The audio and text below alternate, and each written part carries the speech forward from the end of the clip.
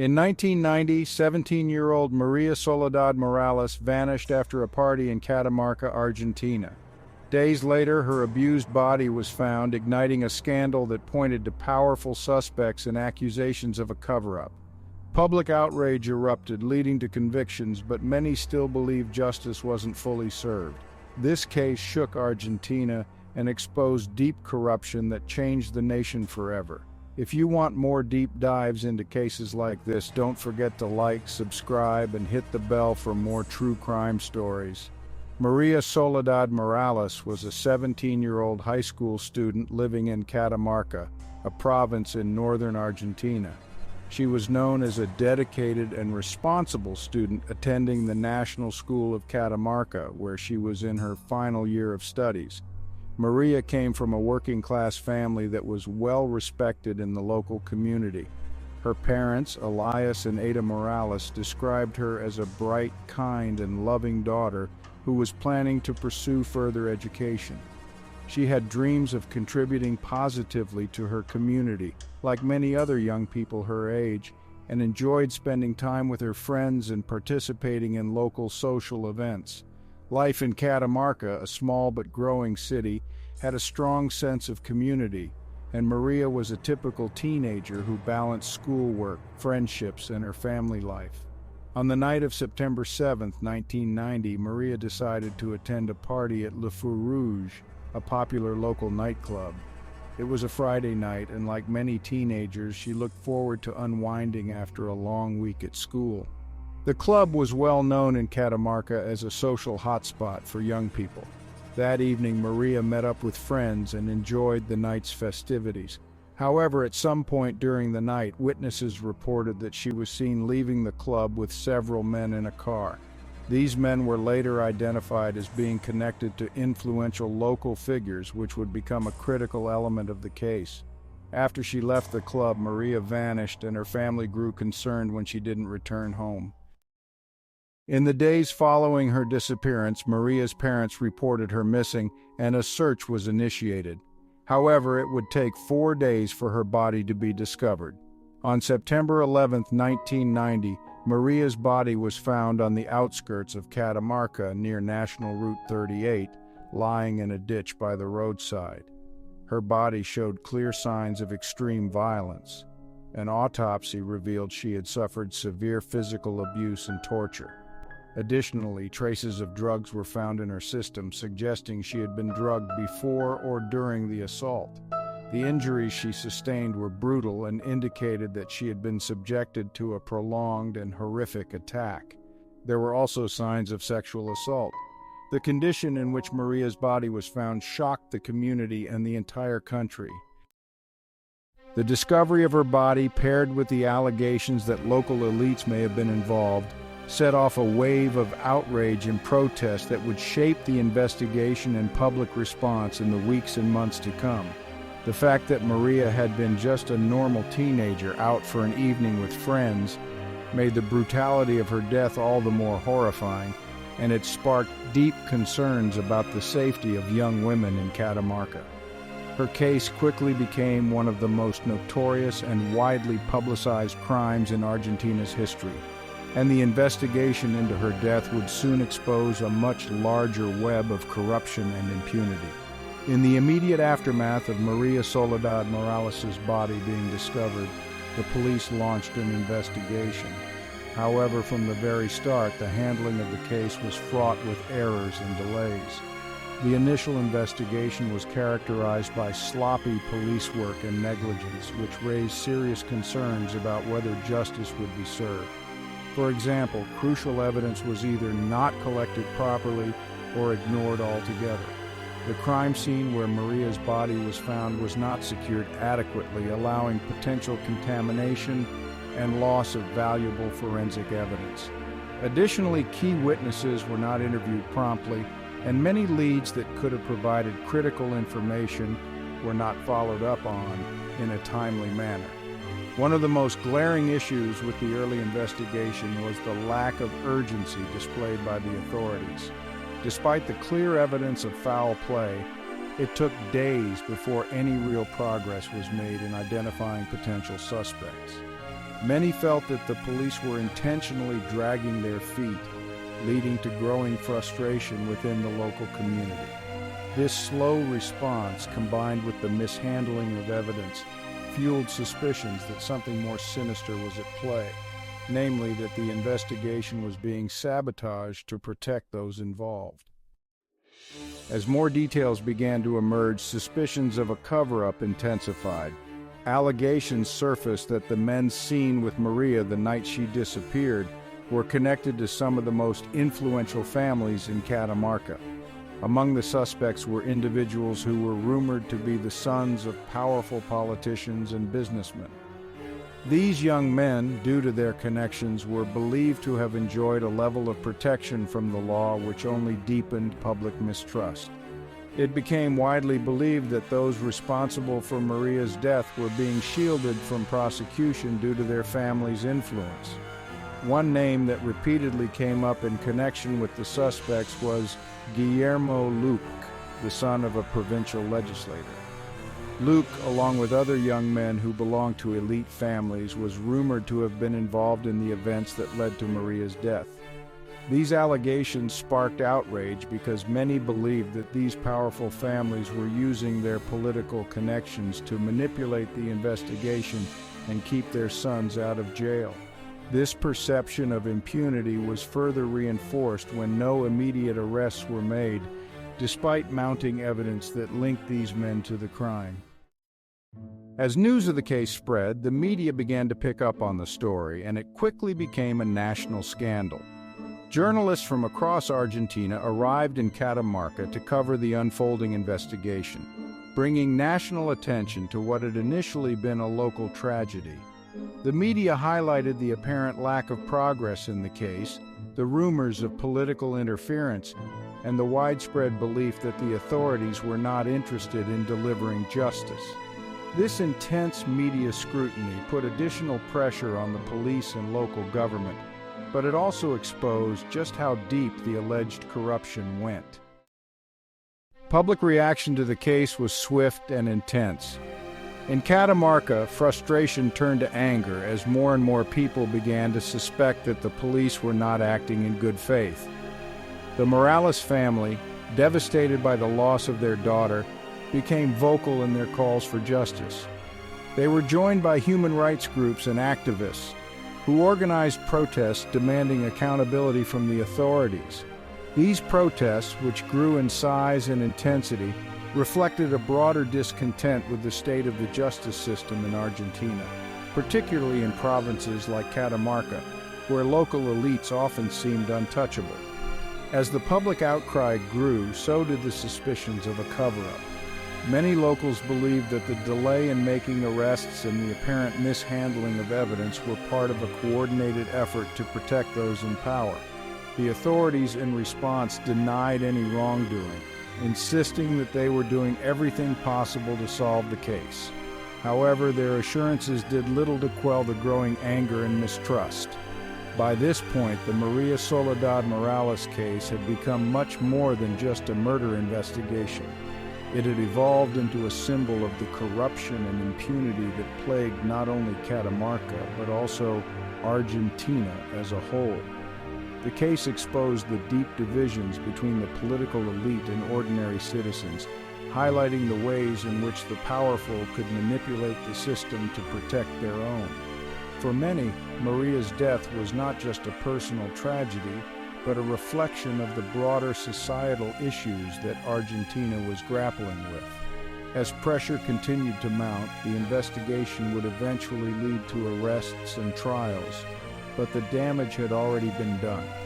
The perception that the police had initially mishandled the case, combined with the widespread belief that those responsible were being protected, ensured that this case would be remembered not just for its brutality, but also for what it revealed about corruption in Argentina. As the investigation into the murder of Maria Soledad Morales progressed, rumors began to circulate that those involved in the crime were not just random individuals, but members of some of the most powerful families in Catamarca.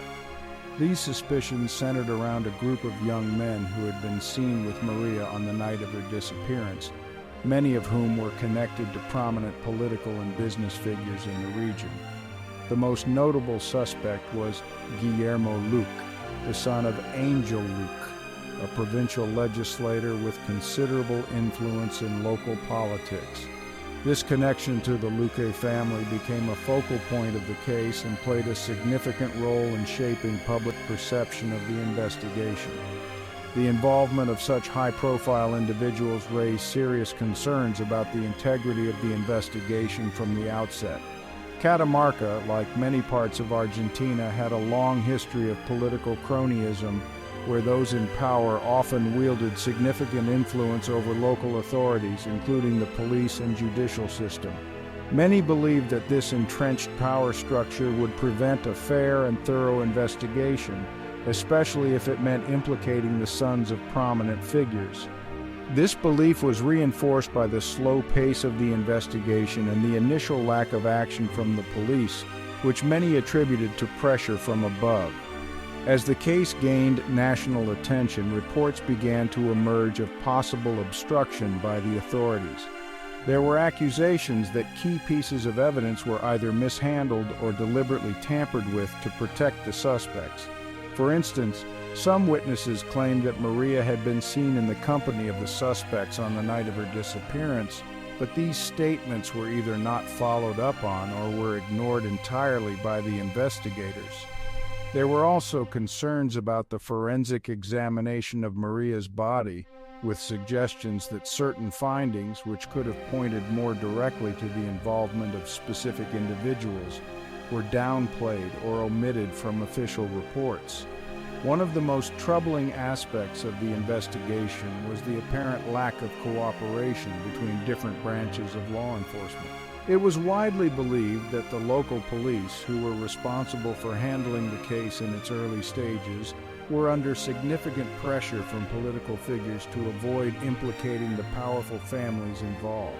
As a result, crucial leads were not pursued, and some evidence may have been intentionally overlooked. This lack of cooperation extended to higher levels of the justice system as well. When federal authorities eventually became involved in the investigation, they encountered resistance from local officials, further fueling suspicions of a cover-up. The media played a crucial role in exposing these allegations of obstruction.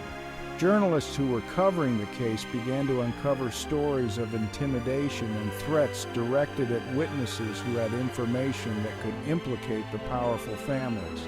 Some witnesses were reportedly pressured to change their statements or remain silent altogether. These reports added to the growing belief that there was a deliberate effort to derail the investigation and protect those responsible for Maria's death.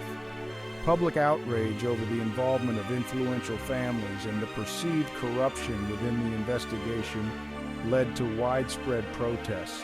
People in Catamarca and across Argentina demanded accountability, not just for Maria's death, but also for the broader system of impunity that seemed to protect the privileged few. The protests reflected a deep-seated frustration with the way power operated in the country, where those with connections often avoided the consequences of their actions. The idea that the suspects in Maria's case were being shielded because of their family's political and financial influence resonated with many Argentinians who had long felt that the justice system was skewed in favor of the elite. In response to the growing public pressure, the authorities were eventually forced to make arrests, including that of Guillermo Luque. However, even after these arrests, there were lingering doubts about the fairness of the investigation. Many believed that not all of those involved in the crime had been brought to justice, and that the investigation had been compromised from the start. The perception that powerful figures could manipulate the legal system to their advantage remained a central theme throughout the case, and it left a lasting impact on how Argentinians viewed their justice system and the influence of political and business elites. In the end, the alleged involvement of influential families in the Maria Soledad Morales case exposed deep cracks in Argentina's political and judicial systems. It highlighted the challenges of pursuing justice in a society where power and privilege often determined the outcomes of legal processes. Although convictions were eventually secured, many continued to believe that the full truth of what happened to Maria was never fully revealed, and the role of powerful figures in obstructing justice would remain a controversial aspect of the case for years to come. As the investigation into the death of Maria Soledad Morales faltered, public outrage began to build. What had started as a local tragedy quickly transformed into a national movement, largely due to the persistent efforts of Maria's family and human rights groups determined to see justice done. In the days and weeks following the discovery of Maria's body, her parents, Elias and Ada Morales, became the face of the campaign for accountability. They were joined by local activists and human rights organizations that demanded answers from authorities, pushing for an impartial investigation that would bring those responsible to justice. The public outcry initially began in Catamarca, a province not accustomed to high-profile protests. However, the case struck a chord with many in the community who were not only angered by the brutal nature of Maria's death, but also by the apparent lack of progress in the investigation. The slow pace of the police's efforts and the growing rumors of a cover-up involving powerful families connected to the crime led to widespread frustration. Maria's family and activists organized a series of demonstrations in Catamarca, calling for transparency and demanding that the authorities take meaningful action to solve the case. As these protests gained momentum, the media began to pay attention. Journalists from local newspapers and radio stations reported on the unfolding scandal, but soon national outlets picked up the story, expanding its reach far beyond the borders of Catamarca. The press played a crucial role in bringing the case into the national spotlight, where it became a symbol of the deeper issues plaguing Argentina's political and justice systems. Articles and reports focused on several key themes that resonated with the public, including the pervasive corruption in the province, the impunity often enjoyed by the elite, and the violence against women that was too often ignored by the authorities. The involvement of influential families in the case added fuel to the fire. As details about the suspects emerged, particularly the connection of one of the suspects, Guillermo Luque, to a prominent politician, the media began to expose the extent to which the powerful might be manipulating the investigation. The story became a national scandal, with headlines focusing on the alleged corruption and cover-up. Television networks broadcast special reports on the case, and it was widely discussed on talk shows and in political commentary. This intense media coverage amplified the protests, turning what had initially been a local issue into a national conversation about justice and the abuse of power. Human rights organizations quickly took up the cause, framing Maria's death as part of a broader problem of violence against women in Argentina. They argued that the case highlighted how the justice system often failed to protect vulnerable individuals, particularly women, and that corruption only exacerbated this failure. Feminist groups and activists against gender-based violence joined forces with Maria's family, organizing protests and speaking out in the press. They emphasized the need for justice not only for Maria, but for all women who had been victims of violence and whose cases had been ignored or mishandled. One of the most significant moments in this movement came when a massive protest was held outside the provincial government's offices in Catamarca. Thousands of people from across the province and even other parts of Argentina gathered to demand accountability from the authorities. This demonstration was a turning point in the case, as it brought together people from various walks of life, activists, students, families, and ordinary citizens, all united by their shared outrage over Maria's death and the way the investigation was being handled. Protesters held signs and chanted slogans calling for an end to corruption and impunity. The protest also attracted significant media attention, with live coverage on national news channels further raising awareness about the case and putting additional pressure on local officials. The demonstrations continued over the following months, with many protesters accusing the provincial government of attempting to cover up the involvement of the politically connected suspects.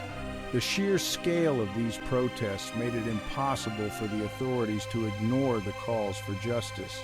National politicians, too, began to weigh in, with some criticizing the handling of the investigation and demanding that federal authorities intervene. The growing political pressure eventually forced the provincial government to act, resulting in the arrests of several suspects and the involvement of federal investigators to oversee the case. Throughout this period, the protests remained peaceful but powerful, serving as a stark reminder of the deep-seated frustration with the justice system in Argentina.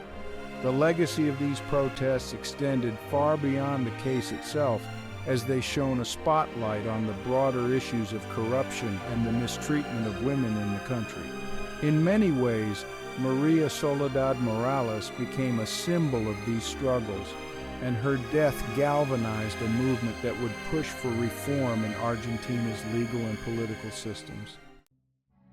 The trial of the individuals accused of the brutal kidnapping, torture, and murder of Maria Soledad Morales began years after her death, in 1997, following an intense public outcry and widespread media coverage.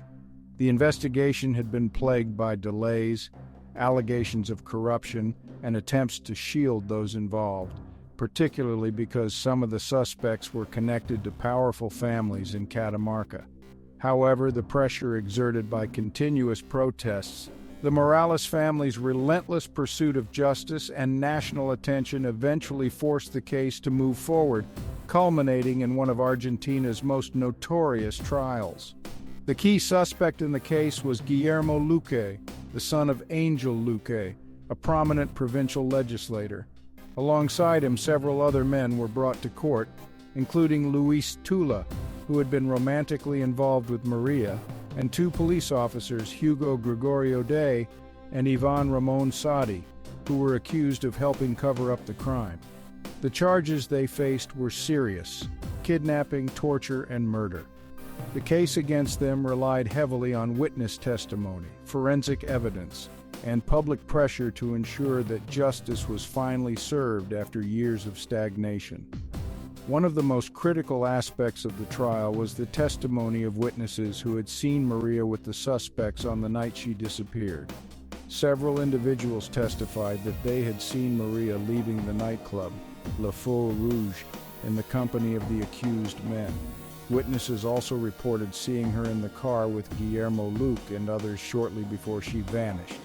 These testimonies were pivotal in placing the suspects with Maria on the night of her death, but the defense worked hard to discredit these accounts, suggesting that witnesses were unreliable or influenced by the media's portrayal of the case.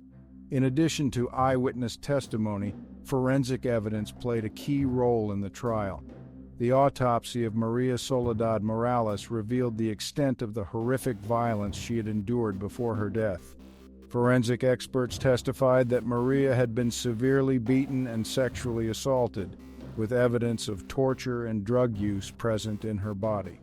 The forensic details were critical in establishing the nature of the crime and the level of brutality involved.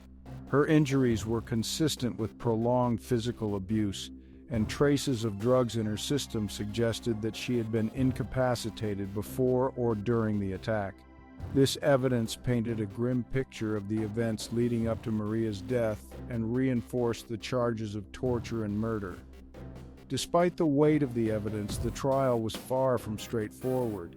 It was marked by controversy, with many believing that not all of those involved in the crime were being held accountable. The defense attempted to shift blame, arguing that the men on trial were being scapegoated due to the intense public pressure surrounding the case. They claimed that the investigation had been compromised by the media frenzy and that the accused were being unfairly targeted because of their family connections rather than because of their direct involvement in the crime. Nevertheless, after a lengthy and emotionally charged trial, the court found several of the men guilty. In 1998, Guillermo Luque was convicted of aggravated homicide, kidnapping, and sexual assault. His conviction was seen as a significant victory for those who had fought for justice for Maria, especially given his family's political influence. Alongside Luque, Luis Tula was convicted of kidnapping, and two police officers, Hugo Gregorio Day and Ivan Ramon Sadi, were found guilty of obstructing the investigation by attempting to cover up the crime. The court determined that the officers had played a role in delaying the investigation and protecting the suspects, which had allowed the crime to go unsolved for several years. If you found this story insightful and want to dive deeper into more true crime cases, make sure to hit the like button and subscribe. Don't forget to turn on notifications so you never miss a new video. Thanks for watching, and we'll see you in the next one.